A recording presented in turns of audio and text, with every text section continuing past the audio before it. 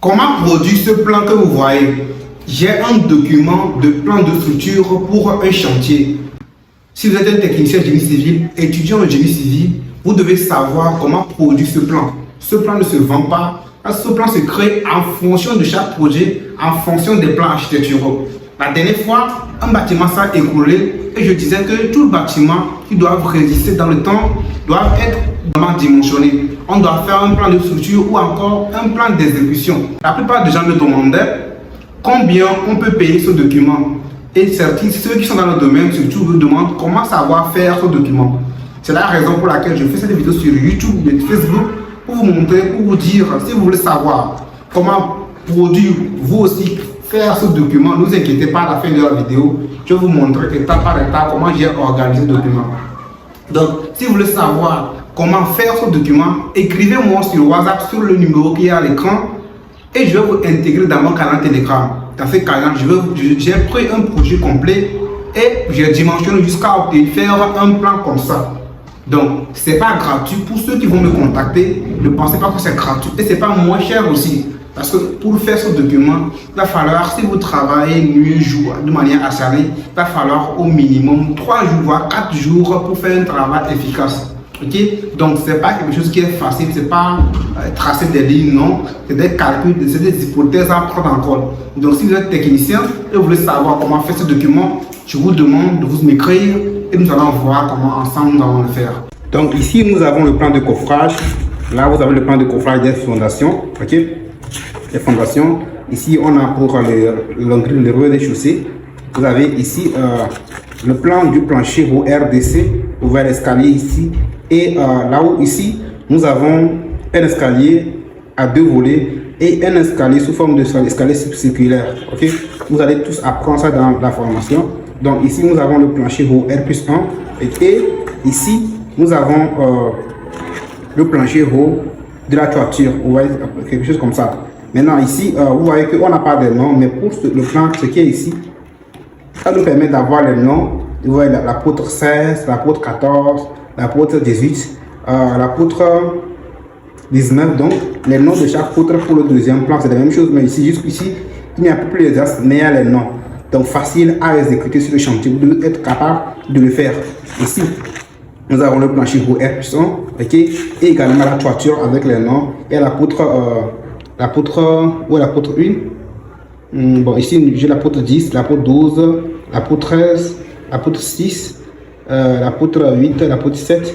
Donc, comme c'est indiqué comme ça, vous aurez le nom de chaque, la poutre 3 qui est ici, la poutre 11, la poutre 4. Donc, bon, je ne vois pas la poutre 1 pour le moment, mais la poutre 1, c'est ça. C'est la poutre 1 comme ça. Et c'est un peu ça. La poutre 1 qui est ici, la poutre 2, je pense que c'est ça. Ok, la poutre 3, bon, on va décliner rapidement. Ici, vous avez les plans de ferraille des fondations. Et regardez les plans de ferraille des fondations que nous avons comme ça. Ok, bon, de zoom comme ça, vous avez les plans de ferrage. Donc, on a les ferrailles de 150 mètres carrés, 150 carrés. On a les ferrailles de 120 carrés, 120 cm carrés. Et avec les schémas de ferrage, tout ce qui concerne ici, c'est normalement ça doit être sur A3, mais moi je l'ai imprimé sur A4. Donc, si c'était imprimé sur A4, vous allez voir que ça sera plus gros, plus visible que ça. Mais avec ça aussi, on peut exécuter ça sur le chantier. Ok, je l'ai fait uniquement pour la vidéo. Donc, j'ai déjà envoyé ça. Et ici, vous voyez la même chose ici. Ici, nous avons les plans des poteaux. Ok, et vous voyez les poteaux, tous les poteaux qui sont ici. Pour le poteau, bon, je vous ai dit que c'est normalement fait pour A4, A3, mais ici, on a imprimé ça sur A4. A4, donc c'est plus ça.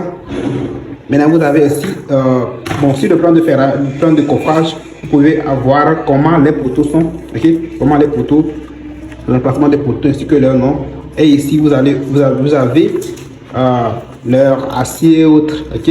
Maintenant, pour voir le plan de poteaux et les poteaux, il faut faire des poteaux amorces. Ferraille des poteaux amorces qui est ici, ok.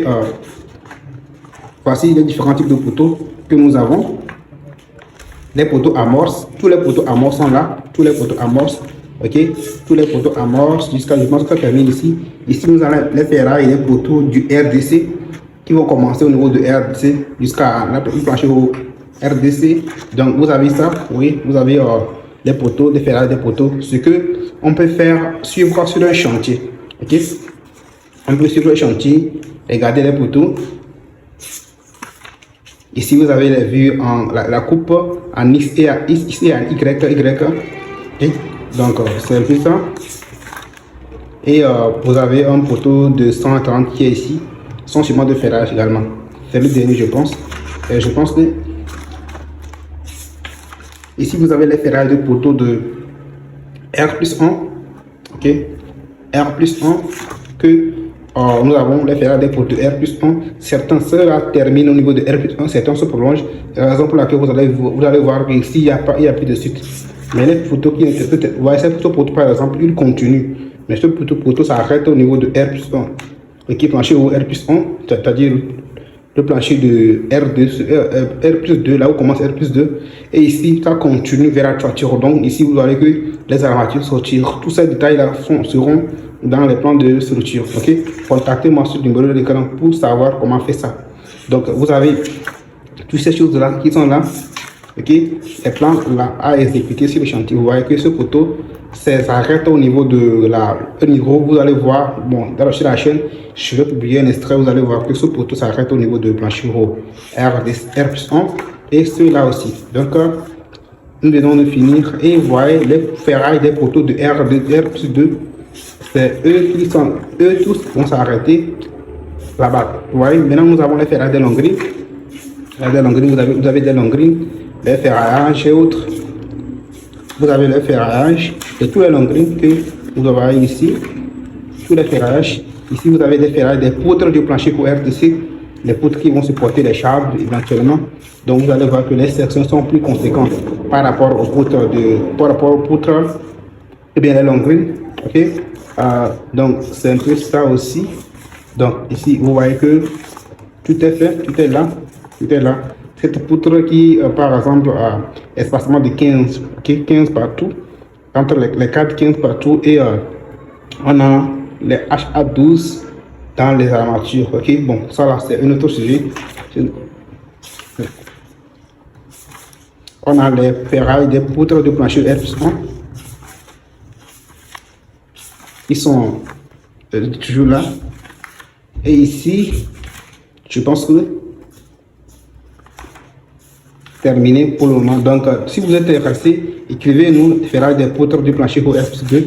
Donc, écrivez-nous sur le numéro sur l'écran pour savoir comment prendre ça. Si vous, en conséquence, vous voulez qu'on vous fasse ça, écrivez-nous également et nous allons voir comment nous allons vous aider à le faire. Donc, j'espère que vous avez aimé la vidéo. Si vous avez des questions, n'hésitez pas à les poser. On se retrouve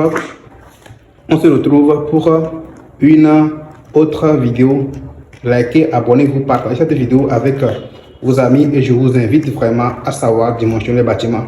Parce que les bâtiments qui ne sont pas dimensionnés, nous devons savoir convaincre les clients dimensionner et pour que nos bâtiments ne se croulent plus. Et il est important de faire de telle sorte que le bâtiment ne se croule plus. Donc c'est notre responsabilité de savoir comment faire cette exécution, remettre au client pour que les clients les convainquent, pour qu'ils les fassent et pour qu'on a moins de dégâts en termes d'effondrement des bâtiments et pour protéger les vies aussi parce que les bâtiments, c'est eux qui, si ces bâtiments tombent généralement, il y a au moins 2, 3, 4 personnes qui perdent la vie, c'est pas tellement bon, c'est pas bon. Okay? On se retrouve dans une prochaine vidéo. On se dit à la prochaine pour une autre vidéo.